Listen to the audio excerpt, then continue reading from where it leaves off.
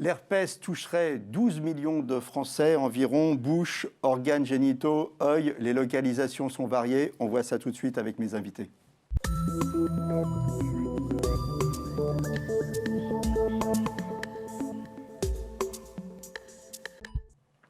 Alors avec moi sur le plateau, Marie-Estelle Roux. Marie-Estelle, vous êtes dermatologue et notre témoin, Karine.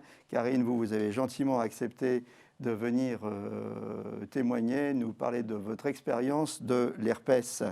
Alors l'herpès, c'était quand la première fois? Vous étiez gamine quand vous en avez eu la première fois? J'avais 3 ans. 3 ans? Oui. Ah. Et vous vous en rappelez ou on vous l'a dit? Alors, je m'en rappelle par rapport aux photos, parce que je le vois sur mon visage. Et effectivement, après, je pense que maman a toujours été là pour me remémorer un peu les souvenirs. Mais ouais, parce que sur toutes les photos de famille, vous avez un... Ouais. Et ça se mettait juste au-dessus des lèvres, et j'avais une belle croûte. Et comment ça se passait? Il se déplaçait, il faisait un peu le... À cette époque-là, pas du tout. Non, il était toujours au même endroit. C'est pour ça qu'aujourd'hui, j'ai une petite cicatrice. Ouais. Ouais. Bon, on ne voit pas, on a le masque, hein, remarquez. En même temps, c'est pratique, hein, le masque. Hein. Voilà, hein, ça sert à beaucoup de choses, hein, le masque. Alors, racontez-nous un peu comment ça se passait, comment ça se manifestait. Il se déclenchait à chaque fois que mes parents m'emmenaient au ski, ce qui était particulièrement bizarre. Avec le froid, à l'époque, c'était comme ça.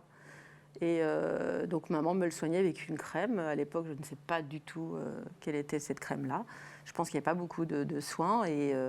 Et après, j'ai eu des piqûres. Des piqûres de quoi, je ne sais pas, qui a soulagé pendant un moment donné cet herpès. Et c'était le froid ou c'était plutôt le soleil? À l'époque, c'était le froid. C'était le froid. Ouais. Et bien plus tard, c'était le soleil. D'accord. Oui, parce que je ne l'ai plus du tout eu quand les périodes étaient froides et je le déclarais quand il faisait très chaud. Et alors, comment c'était? C'était un gros machin? Alors, après, au-dessus de la lèvre, ça, il est parti, je pense que j'ai dû l'avoir jusqu'à 8-10 ans. Et après, ça s'est déclenché sur ma lèvre comme un bouton de fièvre. D'accord. Il s'est stoppé complètement sur le haut de la lèvre. Je ne l'ai plus du tout eu à ce niveau-là. Il est descendu et j'avais des fois des chapelets toujours au même endroit. D'accord, des chapelets. Donc là, ce n'était pas un bouton, mais c'était plusieurs. Des petits boutons comme ça. Et ça doit être gênant, ça vous a pourri votre adolescence, non? Plus ou moins, oui, ça c'est sûr. Parce qu'on avait toujours un petit peu de crème bien blanche sur le haut de la lèvre. C'était pas terrible, quoi. Ah, ouais. Et puis c'est vrai que c'était pas beau parce moi j'étais toujours en train de le gratter, d'enlever la croûte, ça ressaignait. C'était pas top, quoi. Ouais. Alors, on s'y habitue à cet herpès. On sait qu'il va arriver, non? Oui. C'est quoi les symptômes? À un moment donné, oui, bien sûr, tout à fait. Ça picote et je le sens gratter au niveau de ma lèvre, toujours au même endroit, un emplacement toujours identique. Donc là, vous savez que... Je prenais à l'époque, voilà, je préférais prendre de ce qu'il fallait avant. J'ai été soignée pas mal de temps sous un traitement isoprinosine. Alors ça, il faut demander à Marie parce que je ne sais pas du tout. On va voir après les traitements. Ouais. Là, on parle de la vie, ouais, en fait, ouais. avec l'herpès. Et les crises, alors c'était tous les combien, les poussées d'herpès? Ah, moi, j'en avais facilement 2 fois par an. Oui. Ouais. Changement de temps, changement on va dire, de saison, voilà, c'est ça. Après, les moments de fatigue, les contrariétés. Le stress aussi, stress, anxiété, contrariété, ouais. à chaque fois vous y aviez droit. Ouais. Ouais. C'était ça, en fait, les facteurs déclenchants. Et alors, comment... Ça, j'ai mis du temps avant de le comprendre. Ouais. Mais bon, d'un autre côté, une fois qu'on l'a compris, qu'est-ce qu'on peut faire? Pas grand-chose, si? Qu'est-ce que vous faisiez? Bah non, pas grand-chose, c'est vrai. Oui. Non. Peut-être être moins fatigué, mais l'anxiété, mais après, je sais stress... pourquoi il se déclenchait, quoi. Ouais. C'était surtout ça. Voilà, c'est ça. Pourquoi vous étiez prévenu, mais malgré tout... il était déjà là, ouais. Voilà. Combien de temps ça dure une poussée d'herpès? Entre le moment où ça commence à picoter et le moment où vous êtes complètement débarrassé? C'est invariable, ces dizaines de jours, c'est réglé comme une horloge, c'est comme ça. Bah, tout dépend comment il est soigné. C'est quoi les contraintes qu'implique l'herpès au quotidien, aujourd'hui? On ne peut pas embrasser les gens, aujourd'hui c'est pareil, mais on ne peut pas embrasser les gens, et puis bon, c'est vrai que c'est pas très joli, quoi, surtout pour une femme. Après, on vit avec, donc automatiquement, on ne peut pas le camoufler avec du maquillage, ça c'est impossible. Donc bah, il n'y en a pas trop, quoi. Pas de bisous, pas de maquillage. Alors, pas de maquillage, il ne faut rien mettre sur l'herpès. Non, mais ce que veut dire Karine, c'est que de toute façon, même si on met un peu d'anticerne, quelque chose qui couvre, ça ne suffit pas quand il y a un bouton quand il y a un bouton d'herpès, alors qu'on peut appeler aussi un bouton de fièvre, ça fait une croûte, c'est en relief, donc même si on met quelque chose d'un peu coloré par-dessus, ça va se voir de toute façon. Oui, on appelle ça un bouton de fièvre pudiquement pour ne pas dire qu'on a de l'herpès. Mais le bouton de fièvre et herpès, c'est la même chose. C'est la même chose, oui, c'est la même chose. Ah. Alors le bouton de fièvre, effectivement, comme disait Karine, souvent c'est sur la partie muqueuse de la lèvre, sur la lèvre rouge. Mais le bouton d'herpès, il peut être aussi sur le versant cutané, c'est-à-dire au-dessus de la lèvre, comme pour Karine au début dans l'enfance, ou ailleurs, sur la joue, ou n'importe où sur la peau. Alors pourquoi on a un petit peu de mal à dire qu'on a de l'herpès, alors que finalement ça concerne un Français sur 6, quasiment, l'herpès. Alors, quand vrai on dit 12 millions, on est 65. Bon, ça fait oui, c'est très vrai. Sur 6. Voilà. Ça a une connotation un peu péjorative. Alors peut-être parce qu'il existe aussi l'herpès génital, c'est pour ça qu'on n'aime pas. On n'aime pas maladie vénérienne un peu, c'est ça. Alors quand on dit herpès, les gens vont penser herpès génital. Quand on dit bouton de fièvre, on voit bien que c'est sur la bouche. Alors peut-être que le mot herpès est plus rattaché à quelque chose de sexuellement transmis, je ne sais pas. Mais c'est vrai que ça a une connotation assez péjorative. On préfère dire j'ai un bouton de fièvre. Et on préfère dire bouton de fièvre. Mais ça ne devrait pas être péjoratif parce que finalement, il y a tellement de monde, tellement de personnes dans la population qui sont concernées par ce virus qu'il n'y a rien de honteux en réalité. Alors par contre, vous, il y a un traitement qui a changé votre vie depuis 7 à 8 ans, c'est ça? Oui, vous prenez. Alors qu'est-ce que vous prenez? Prenez c'est quoi? C'est des piqûres, des crèmes, des cachets, des pommades, des suppositoires? Dites-nous tout. Non, c'est un cachet, tout simplement. Un cachet. Et je fais de la prévention aujourd'hui grâce à Dr Marie-Estelle Roux. Voilà. Mais c'est un cachet que vous prenez tous les jours au long cours, c'est ça? J'en prends pendant une période de 6 mois. Voilà. D'accord. Donc 6 mois, vous prenez les cachets et après, pendant 6 mois, voilà, c'est ça. Et là, vous n'avez plus de crise du tout? Ah non, plus. Même pas une petite fois de temps en temps? Non. Plus du tout. Et dès que je repars au soleil, choses comme ça, où je me sens un peu plus fatiguée, je vais en prendre davantage, pendant peut-être une semaine à 10 jours. Et voilà, non, je n'en ai plus du tout. Alors dites-moi, un traitement au long cours comme ça, à vie, si j'ai bien compris, c'est pas embêtant à la fin pour le foie, pour... Alors, en termes de traitement préventif, on a à notre disposition des comprimés, un médicament antiviral, antiherpétique, qu'on peut prendre au moment des crises et qu'on peut prendre aussi, on le prescrit chez les personnes qui ont une poussée tous les 2 mois ou plus, enfin qui ont vraiment des poussées récurrentes ou qui sont très gênées socialement par leur bouton de fièvre. Enfin, il y a plein de raisons pour lesquelles on peut les prescrire. Donc les gens qui ont des poussées récurrentes comme ça, on peut les mettre sous traitement préventif pendant 3 mois, voire 6 mois, voire 12 mois. Ça leur permet de retrouver une période de tranquillité. Et puis après, les patients se connaissent et ils vont pouvoir le prendre, par exemple, quand ils vont au ski, quand ils vont à la mer, qu'il y a du soleil, quand ils savent qu'ils vont être dans une période de surmenage ou quand ils sont stressés. Voilà. Après, la prise peut être adaptée aux périodes à risque de développer la lésion. D'accord. Oui, on le prend au préventif. C'est-à-dire que les patients herpétiques se connaissent leur corps, connaissent les facteurs déclenchants, soleil, stress, anxiété, fatigue, et quand ils savent qu'ils vont aborder une de ces périodes-là, ils peuvent prendre leur traitement en préventif. C'est ce que vous nous dites. Alors, on va en parler un petit peu plus en détail de ce virus. Alors, ce virus, d'abord, qu'est-ce que c'est ? Alors, c'est un virus qui est un virus à transmission interhumaine. Donc, on le transmet d'une personne à l'autre. Il se transmet par contact direct de peau à peau, ou peau à muqueuse, muqueuse à muqueuse. Voilà. Ça donne des lésions sur la peau qui sont des lésions sur l'épiderme, donc très superficielles, des petites, ce qu'on appelle des vésicules, c'est-à-dire comme des toutes petites bulles qui peuvent se percer et qui donnent à ce moment-là une petite ulcération qui est souvent très douloureuse. Ce virus, il rentre donc par la peau et puis il va migrer le long du nerf sensitif. Il va migrer jusqu'à un ganglion qui se trouve près de la moelle. Et là, il va y rester toute la vie. Parce qu'aujourd'hui, quand on a attrapé le virus, on le garde toute sa vie. Et on ne sait pas ça glisse.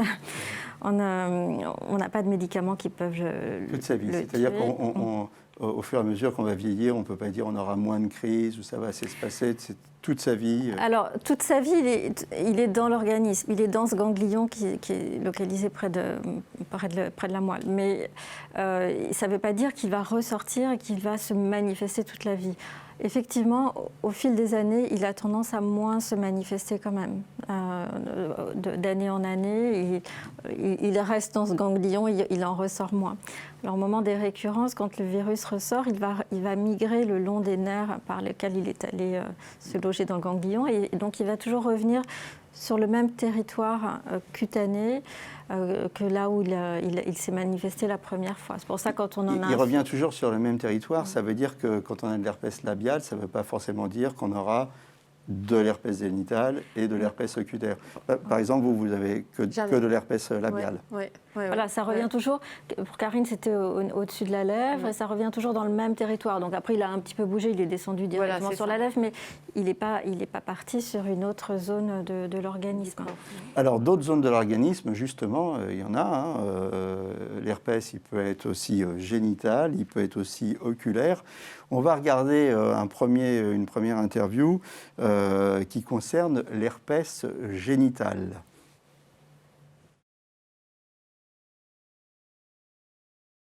Un herpès génital, c'est une affection sexuellement transmissible dont les lésions vont se situer au niveau de la verge ou des testicules chez l'homme et de la vulve le plus souvent chez la femme.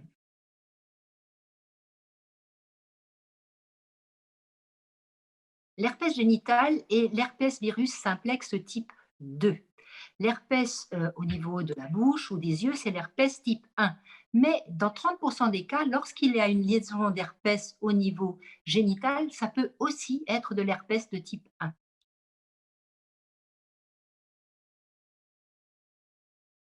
L'herpès génital se transmet pratiquement toujours par les relations sexuelles, c'est bien une infection sexuellement transmissible. Mais il n'est pas impossible non plus que des mains qui auraient touché un herpès buccal viennent contaminer au niveau génital. C'est pour ça que certains herpès génitaux sont de type 1. Les hommes sont aussi touchés que les femmes. Il n'y a pas de différence. Alors, les symptômes, la toute première fois, ça passe parfois inaperçu, ou alors ça peut donner des éruptions au niveau du sexe très importantes avec des signes généraux. Mais le plus souvent, c'est une papule, c'est-à-dire un petit bouton rouge, chaud, un peu douloureux, qui va vite se transformer en une cloque, autrement dit une vésicule, qui va éclater, s'ouvrir, et à ce moment-là, ça va laisser la peau à vif. C'est ce qu'on appelle donc une ulcération. Et ça va être très douloureux.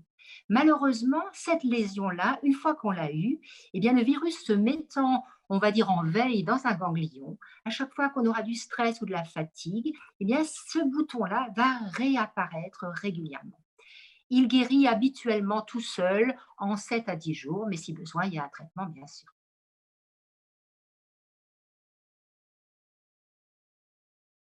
Alors, malheureusement, on ne peut pas l'éliminer définitivement. Il restera toujours tapi dans un ganglion. Et si on a des bonnes défenses immunitaires, on fera moins de récurrences.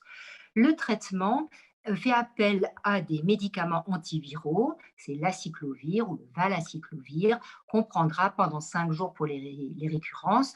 Pour la primo-infection, on en donne pendant 10 jours. On peut rajouter des soins locaux, bien sûr, d'hygiène et une crème à base du même produit antiviral.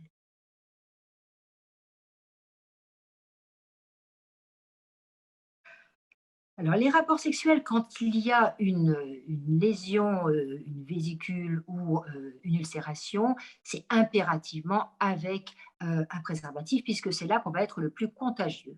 Maintenant, si on a un ou une partenaire qui n'a jamais eu d'herpès, il est vrai qu'on peut être parfois porteur de l'herpès, même au niveau du col ou du vagin, chez la femme, sans qu'il y ait forcément de manifestation. Donc, si on veut être absolument sûr de ne pas transmettre à son partenaire, ce serait préservatif à chaque fois. Mais entre des grandes périodes de récurrence où il n'y a rien du tout, c'est vrai que le virus ne reste pas en permanence dans les sécrétions vaginales, par exemple. Donc, pour faire un bébé, par exemple, on se passera évidemment de préservatif.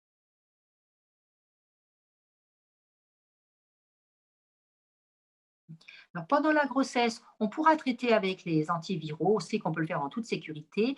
La question se repose au moment de l'accouchement. S'il y a une poussée d'herpès visible au moment de l'accouchement, c'est vraiment la circonstance où on fera une césarienne prophylactique. Il ne faut pas que le bébé soit en contact avec de l'herpès parce que ça peut donner des lésions importantes. Le plus souvent aujourd'hui, on privilégie un accouchement par voie basse.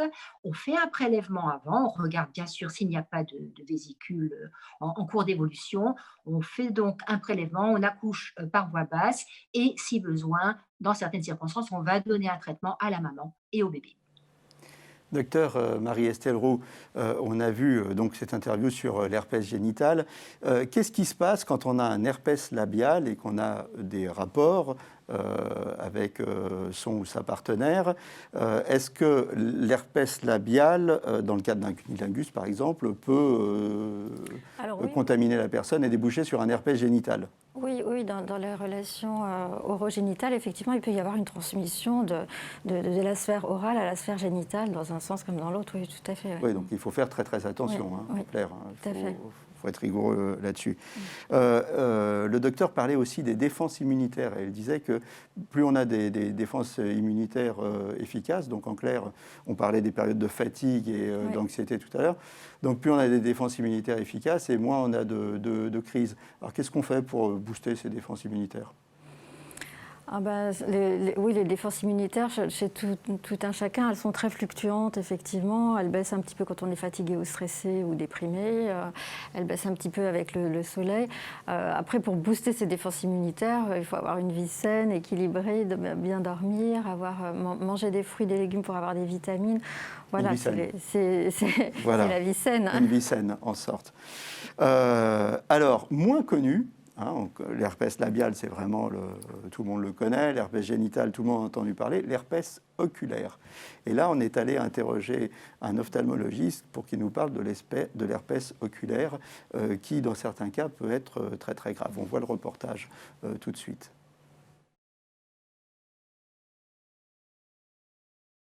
Alors en fait, nous les ophtalmologistes parlons plutôt de kératite herpétique, c'est-à-dire que l'herpès au niveau de l'œil s'attaque essentiellement à la cornée qui est le hublot transparent qui est ici au devant de l'œil.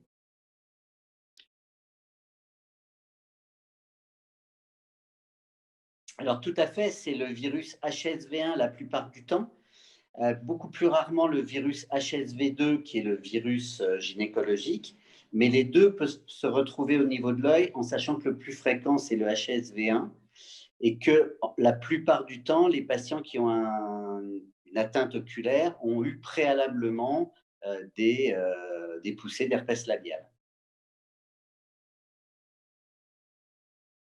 Alors, l'herpès oculaire, comme l'herpès labial, comme l'herpès gynécologique, se transmet par contact direct. C'est-à-dire que ça n'est pas par voie aéroportée comme un virus célèbre que vous connaissez actuellement. Il faut qu'il y ait un contact direct. Et la plupart du temps, donc, en fait, il s'agit d'une récurrence concernant l'herpès oculaire. C'est-à-dire que le patient a été préalablement atteint comme dans l'herpès labial.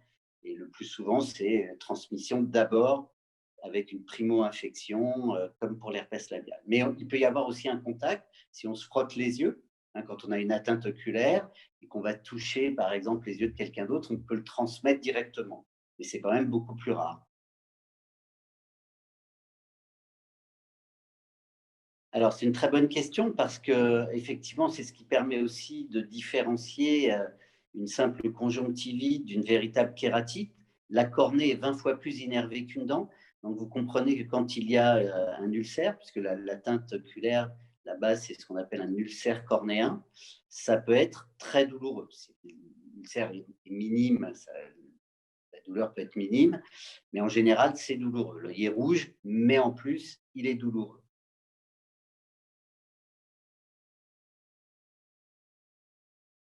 Donc, dans les deux cas, la conjonctive va être rouge. Donc, il y aura cette inflammation de la conjonctive. Une conjonctivite, ça n'est rien d'autre qu'une inflammation de la conjonctive. Mais comme là, on a une kératite, il va donc y avoir la douleur associée. Et puis, en fonction de l'endroit où se trouve l'ulcère cornéen, et on comprenait bien que si l'ulcère cornéen se trouve ici au centre au niveau de l'axe visuel, il va y avoir une grosse baisse d'acuité visuelle. S'il est sur les côtés, il peut y avoir une simple gêne visuelle sans véritable baisse de la vision. Donc, ça va associer inflammation, donc rougeur de l'œil, douleur et baisse de l'acuité visuelle. Pour nous, ophtalmologistes, ces 3 symptômes, c'est un petit peu ce qu'on appelle une urgence. Ça fait partie des urgences ophtalmologiques et le patient doit être vu dans les heures ou en tout cas vraiment dans les jours qui suivent. Alors, comment on gère les crises? Déjà, en examinant le patient et en faisant, on verra un petit peu tout à l'heure, il y a certaines formes qui sont des formes graves. Donc déjà, de savoir, en fonction de la localisation, en fonction de la profondeur de l'atteinte, savoir si on a affaire à une forme légère ou une forme plus grave, en traitant le patient et surtout en lui donnant les conseils qu'on commence à bien connaître aujourd'hui pour éviter qu'il ne contamine quelqu'un d'autre. Donc les fameux gestes barrières, qui là ne sont évidemment pas le fait de porter un masque, mais d'éviter les contacts directs avec quelqu'un d'autre pendant toute la période de l'infection. Alors, les formes graves, elles sont, on va dire, de 2 ordres, soit en fonction de l'étendue géographique, on va dire, de l'atteinte. C'est-à-dire qu'il faut bien comprendre que s'il y a juste une toute petite partie de la cornée qui est atteinte, ce fameux ulcère qui est caractéristique pour nous, qu'on appelle dendritique, qui ressemble un petit peu à une sorte d'arborescence assez fine, et que c'est relativement périphérie, ça sera une forme légère.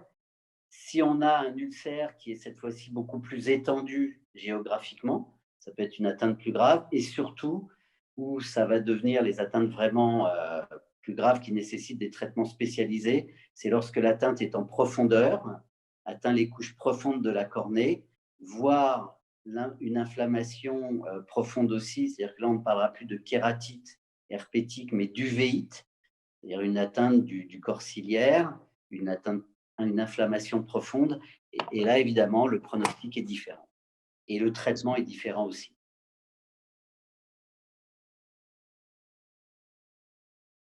Alors, le traitement spécifique ophtalmologique, c'est l'utilisation de molécules comme la cyclovir, mais en pommade ophtalmologique et non pas en crème, comme c'est utilisé en dermato. D'autres traitements peuvent être donnés aussi, des traitements antibiotiques, voire des traitements généraux dans les formes graves. Et bien évidemment, devant tout œil rouge, douloureux, surtout avec baisse d'acuité visuelle, il faut impérativement une consultation ophtalmologiste et bien évidemment, il saura vous donner le traitement adéquat.